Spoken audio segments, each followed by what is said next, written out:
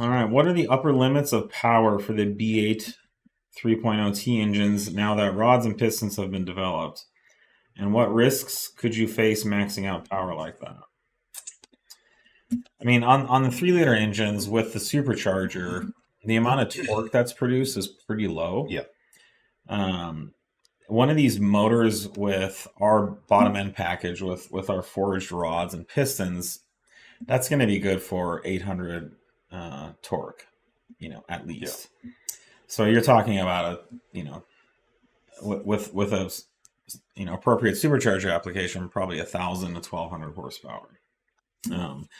In reality, these motors aren't limited by bottom end strength, again, due to the very friendly torque curve that's produced by the supercharger.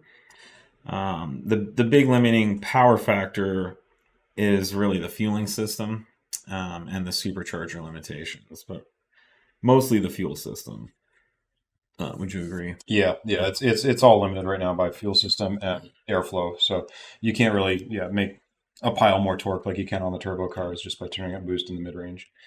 These motors are getting up in years, and if you need a good, solid, reliable motor that has really good ring sealing and really good rod strength at these higher loads, then it makes sense to build your bottom end with our kit.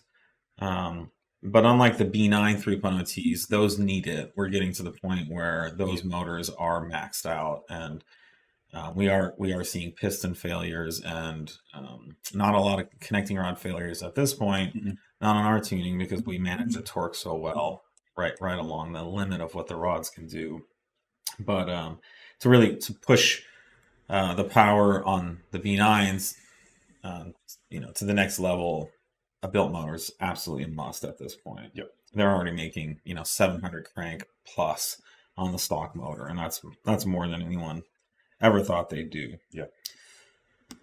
The B8 stuff I'd say is more if you have a need to build the motor for other reasons, or you want to play with compression ratios and that kind of thing for various fuels and optimizations, that's where that can be. Mm-hmm.